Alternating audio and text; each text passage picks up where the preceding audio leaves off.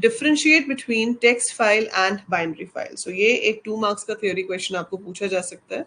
तो text file क्या होगी आपके पास, जहां पर डेटा जो है वो टेक्स्ट की फॉर्म में स्टोर होता है, मतलब it is stored in the form of strings, characters. Binary में डेटा जो है वो bits and zeros and ones की फॉर्म में स्टोर होता है. टेक्स्ट फाइल में data type is only string, binary में इंटीजर, फ्लोट, लिस्ट, टपल कुछ भी हो सकता है. ठीक है. Text file is human readable, binary file is not readable, उसको प्रोग्राम से ही रीड करना पड़ता है. सो कोई भी मेजर मेजर पॉइंट्स आपको लिखने हैं डिफरेंसेस में, ताकि आपके 2 मार्क्स इसमें आ सके. सेकेंड क्वेश्चन है read line and read lines में क्या डिफरेंस है. So read line reads only the current line from the file.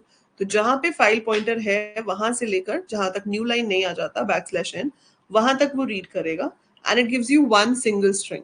Read lines क्या करता है, it reads all the lines starting from the position of the file pointer as a list of strings. So वो as a list of strings देता है. तो ऐसे questions में आप एक छोटा छोटा एग्जाम्पल साथ में दे सकते हो to tell कि आप क्या कहना चाह रहे हो. So it's always better to give an example and explain your concept, right? ऐसे ही write और write lines में write is used to write a single string, write lines is used to write a list of strings. फिर आप एक छोटा सा example लिख सकते हो like a is equal to hello world, f dot write a करेंगे तो single string write हो गई. ठीक है. ऐसे ही आप बना सकते हो एक list of strings जिसमें आपने hello, thank you, welcome ऐसे कुछ words ले लिए और फिर उसको हम write lines की help से write कर सकते हैं. So that would be the answer of the first one. Write the use and syntax for the following methods. So use and syntax for the following methods आपको बताना है. Open किस लिए use होता है? It is used to open a file and tell that what will be the purpose of the file. Read mode में खोल रहे हैं, write में खोल रहे हैं, किस में खोल रहे हैं. फिर आपको syntax बताना है, मतलब कैसे लिखते हैं हम उसको, और example बता देना है. Read mode जो है आपका, before we go to the read mode, let me tell you first how to write. सो आपको इसमें क्या बताना है, सिंटेक्स क्या होगा, file object is equal to open. यहाँ पर फाइल का नाम आ जाता है और फिर आपका मोड आ जाता है. ठीक है. ऐसे फिर रीड आ गया. रीड का सिंटेक्स क्या होता है कि फाइल ऑब्जेक्ट का नाम डॉट रीड, आगे खाली, इसमें चाहो तो एन दे सकते हो, ऑप्शनल है, that is a number of characters. अगर हम सिर्फ रीड लिखते हैं तो it will read the whole content, पूरा का पूरा कंटेंट रीड करके देता है as a single string. Read n will read only the n characters and the data will be given as a single string. Then is seek. Seek is use to move to a particular position, और seek में हम दो चीजें देते हैं, एक offset और दूसरा रेफरेंस पॉइंट. सो ऑफसेट है कि कहाँ जाना है एंड रेफरेंस पॉइंटर्स की कहाँ से जाना है. So by default it is 0. 0 means beginning. We can give 1 or 2 over here. 1 का मतलब है current position, 2 का मतलब है end position. Then you have dump. Dump is used to write the data into a binary file. उसमें पहले आपका data आएगा, so file object dot dump. First write the binary data, comma the file object name. ठीक है. So write the file mode that will be used for opening the following files. Also write the Python statement to open the following lines. ये आप मुझे अभी chat में लिख के दिखाओ. I want all the 4 answers of question number 3 in the chat right now. So read the question number 3 and write its answers in the chat.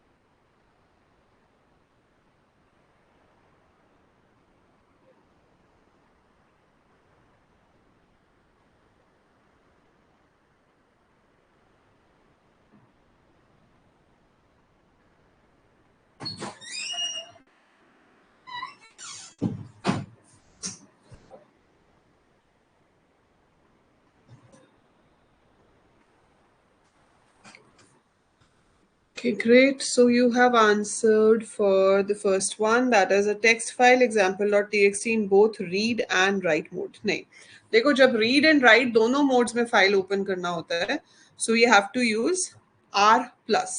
ठीक है, हम यहाँ पर प्लस का साइन लगाते हैं जब हमें रीड एंड राइट दोनों करने हो.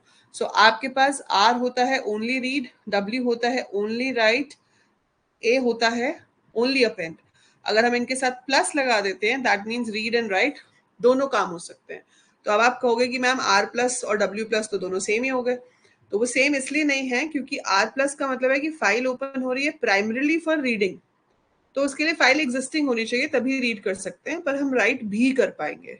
ठीक है, अगर W प्लस में ओपन करेंगे तो पुराना कंटेंट जो है वो इरेज हो जाएगा. Previous content will be erased, will get a new content in the file, और जो अब नया लिखोगे उसको आप रीड भी कर सकते हो. ठीक है, so a text file example dot txt in both read and write, it should be R plus. Binary file b file dot dat in write mode, it should be wb या फिर ab. b file dot dat, it should be ab या wb. इसमें जो mode होना चाहिए वो wb या ab होना चाहिए. A file try.txt in append and read mode. Append and read mode मतलब a plus. Text file है तो it should be a plus. Append as well as read. A binary file btry.dat in read only mode. So read only mode मतलब rb only. So we can read and it's a binary file. So it should be rb only without any plus sign. Do you get it? समझ में आया आपको इसके modes क्या क्या हैं?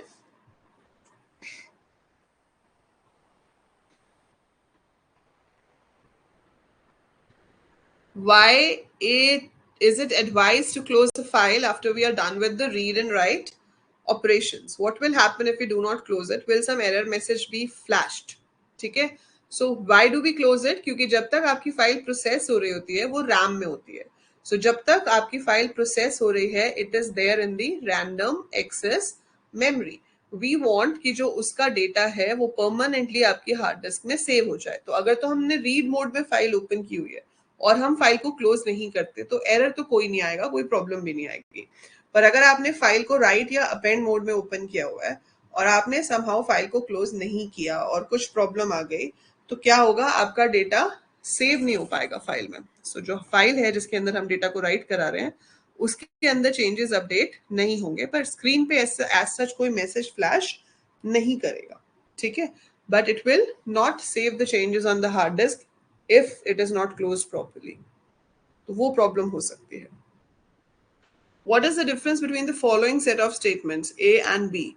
P में क्या लिखा है, open practice.txt r और फिर read किया हुआ है.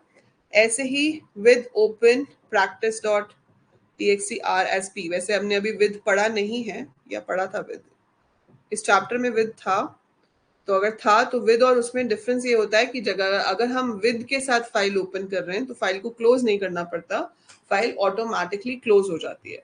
तो जो ए वाला कोड है उसमें आपको फाइल को क्लोज करना पड़ेगा, उसमें हमें अलग से लिखना पड़ेगा p डॉट क्लोज ताकि फाइल अपने ऑपरेशंस के बाद क्लोज हो जाए. So if you want to close the file you have to write p dot close over there. जबकि जो b वाला पार्ट है उसमें विद से फाइल ओपन की है, तो अगर विद कीवर्ड यूज करके फाइल ओपन होती है तो आपको फाइल को अलग से क्लोज नहीं करना पड़ता. So file needs not to be close, it's automatically closed. ठीक है, ये डिफरेंस होता है दोनों में. Then write a command to write the following lines to the text file named hello.txt. Assume that the file is opened in append mode. ठीक है, अब वो कह रहा है कि फाइल ओपन है append मोड में, आपको सिर्फ स्टेटमेंट्स लिखनी है इन लाइंस को फाइल में राइट करने के लिए.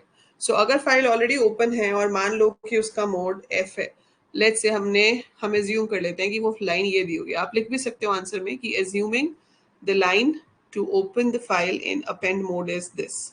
ठीक है, so what will we write now, we can write w dot write welcome my class.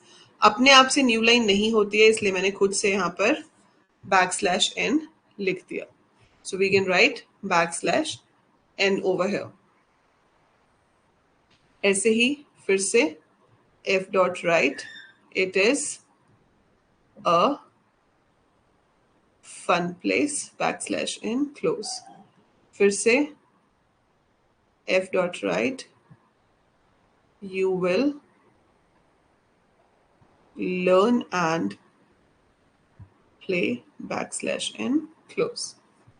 ठीक है, so we do it like this, और एंड में जाकर आपका होना चाहिए f.close, आपकी फाइल क्लोज होनी चाहिए. So you will learn and play, then we have closing the file. So it is like this. ठीक है, then write a Python program to open the file hello.txt used in question number 6 in read mode to display its contents. What will be the difference if the file was opened in write mode instead of append mode? ठीक है, तो इसमें क्या होगा, आपके पास आपने read mode में खोल के सारा का सारा कंटेंट शो करना है, तो वो तो सिंपल हो जाएगा कि हम फाइल को ओपन करेंगे hello.txt को, and we're just going to write data is equal to f.read. सो पूरा कंटेंट रीड हो जाएगा, उसको हम प्रिंट करा देंगे, प्रिंट डेटा, और उसके बाद f.close करेंगे तो फाइल बंद हो जाएगी.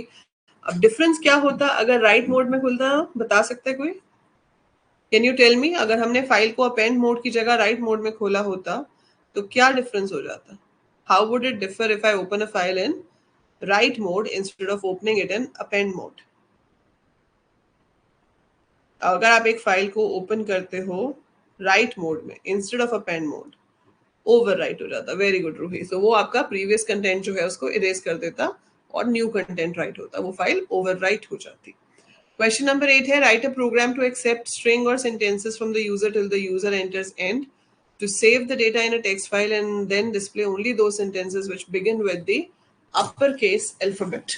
ठीक है, सो आपको क्या करना है, यूजर से स्ट्रिंग्स पूछते जाना है, पूछते जाना है, पूछते जाना है, जब तक वो एंड प्रेस ना करे. जब वो एंड एंटर करे तो हम रुक जाएंगे, और उसके बाद हमें क्या करना है, we have to print only those जो अपर केस से शुरू होते हैं. तो सबसे पहले आप फाइल को ओपन कर लेंगे राइट करने के लिए, तो आपने यहाँ पे लिख लिया open test.txt. Let's say I open in right mode ताकि खाली फाइल मुझे मिले, और फिर मैंने यहाँ पर लूप लगा लिया while true, यहाँ पर इनपुट ले लिया, enter a statement और end to stop. हमने चेक किया कि अगर st की वैल्यू एंड है तो ब्रेक कर दो यहीं पर ही. ठीक है, लेकिन अगर ऐसा नहीं है तो जो भी आपकी फाइल है उसमें आप f.write st करा देंगे. तो ये लूप तब तक चलता रहेगा जब तक यूजर एंड ना प्रेस कर दे, तब तक हम जो भी एंटर करेंगे वो फाइल में राइट होता रहेगा, होता रहेगा, होता रहेगा, होता रहेगा, और फिर आपकी फाइल हो जाएगी क्लोज. ठीक है, अब आप फाइल को दोबारा से ओपन करेंगे. अब आपने फाइल को ओपन किया test.txt and I am opening the file in read mode. अब रीड मोड में फाइल ओपन हो गई. अब आपको कहा है कि सिर्फ उन लाइंस को दिखाओ जो अपर केस लेटर से शुरू होती है. सो अपर केस लेटर से शुरू होती है. अब ये कैसे पता चलेगा, तो हम यहाँ पर क्या करेंगे, डेटा को रीड कर लेंगे as a set of lines. So मैंने रीड लाइंस की हेल्प से सारी लाइंस को रीड कर लिया एज अ लिस्ट. फिर लूप ले लिया फॉर लाइन इन डेटा. अब अपर केस लेटर से शुरू होती हो, मतलब जो आपका पहला लेटर है लाइन का वो कैपिटल हो. सो हम पहला लेटर कैसे फेच कर सकते हैं, जीरो पोजीशन से. सो फर्स्ट लेटर कैसे फेच होगा, जो जीरो पोजीशन पे लेटर होगा वो फर्स्ट लेटर है.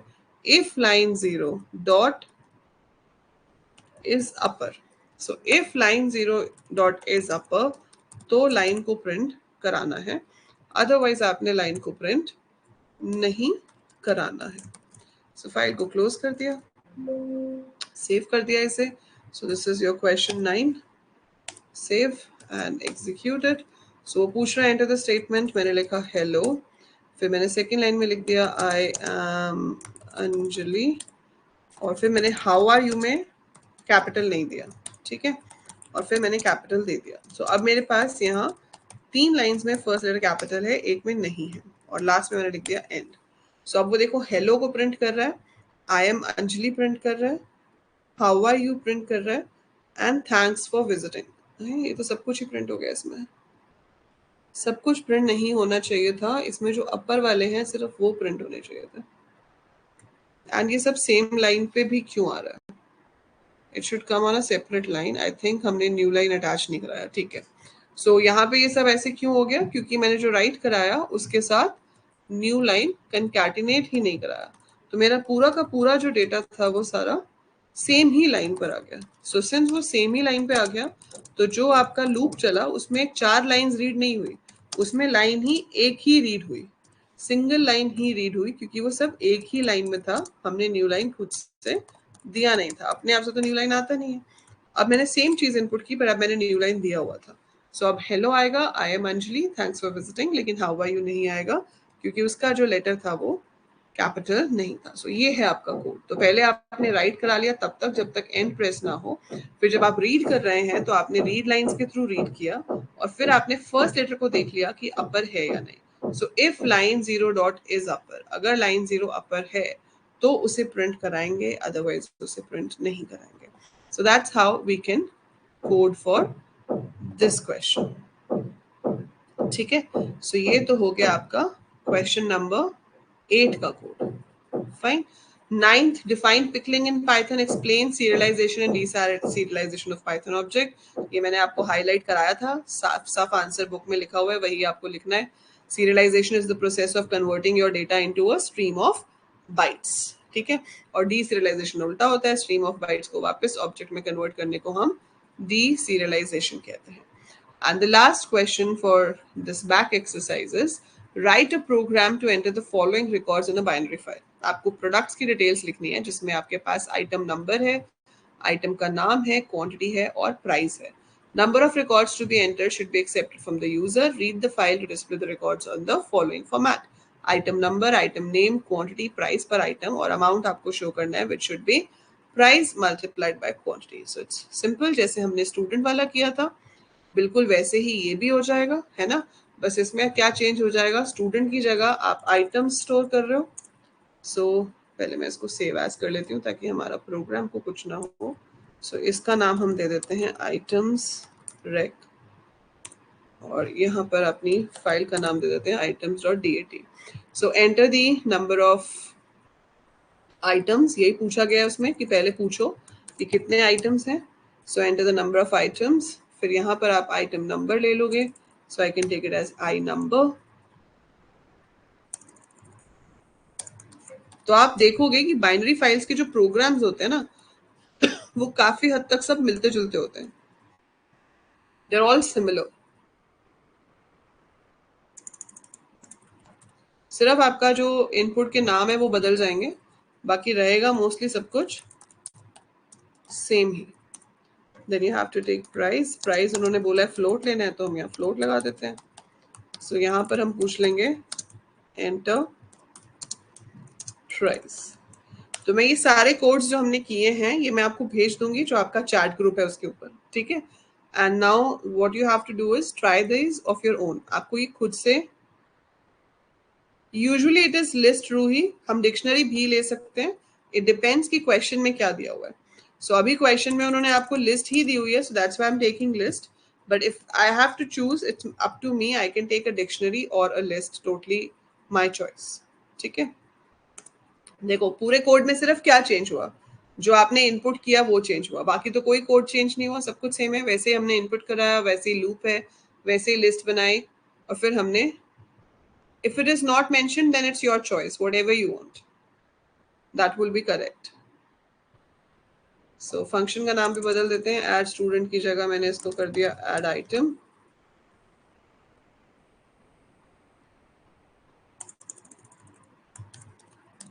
show items,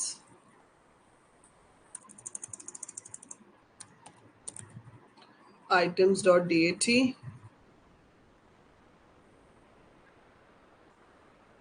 लोड करवाया, प्रिंट करा दिया। अब वो प्रिंट इतना सिंपल तरीके से नहीं करा रहे, वो प्रिंट कैसे करा रहे हैं, ऐसे आइटम नंबर, आइटम नंबर के साथ उनको क्या चाहिए, D0। then they want to print item name। Item name में क्या, कहाँ से आएगा, D1 में से। then we have to show quantity, that is D2, then they have to show price, that is D3, then you have to show amount, which is D2 multiplied by D3. तो ये show हो जाएगा, accept बंद हो गया, ठीक है, ये सब हमें चाहिए नहीं इसमें, we only need to do the upper stuff. So add students, display students, हमको सिर्फ इतना ही रखना है. सो यहाँ पर हम ऐड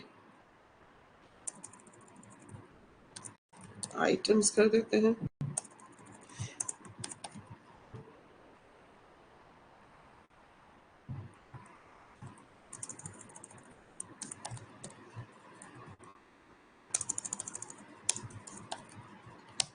ये चाहिए नहीं. That's it. So I save this program, I execute this program. So if I go for add items, I press 2, item number is 11, item name is cake, quantity is 2, price is 500, then item number is 13, then it is chips, quantity is 5, price is 20. So now if I press 2, so you can see item number 11, item की spelling गलत होगी, but that's another thing. Item name, quantity, price, amount. Then again item number, name, quantity, price and amount. So you can add more and you can work on it as much as you want. So this is how we are writing the code. तो जो code है वो आपका almost same रहता है. आपका चाहे employ right हो रहा हो, चाहे स्टूडेंट राइट हो रहा हो, चाहे प्रोडक्ट राइट हो रहा हो. So whatever you're writing, it's almost written in the same way, almost read in the same way. तो ये प्रोग्राम आपको 3 to 5 मार्क्स का एग्जाम में आ सकता है लिखने के लिए. सो अगर राइट और रीड दोनों आता है तो ये क्वेश्चन 5 मार्क्स का आएगा, जिसमें आप राइट भी कर रहे होगे, रीड भी कर रहे होगे. और टेक्स्ट फाइल के ऊपर आपको 3 मार्क्स का प्रोग्राम आता है फॉर श्योर. सो जितना हमने अभी पढ़ा है फाइल हैंडलिंग में से 10 to 12 मार्क्स के क्वेश्चन आपको इन्हीं कंसेप्ट के ऊपर आएंगे. अभी तो और कंसेप्ट है, CSV फाइल्स भी हैं, but you will get like minimum of 12 marks from this chapter number 2. Out of 70, 12 marks is a lot, right? So ये बहुत ही important chapter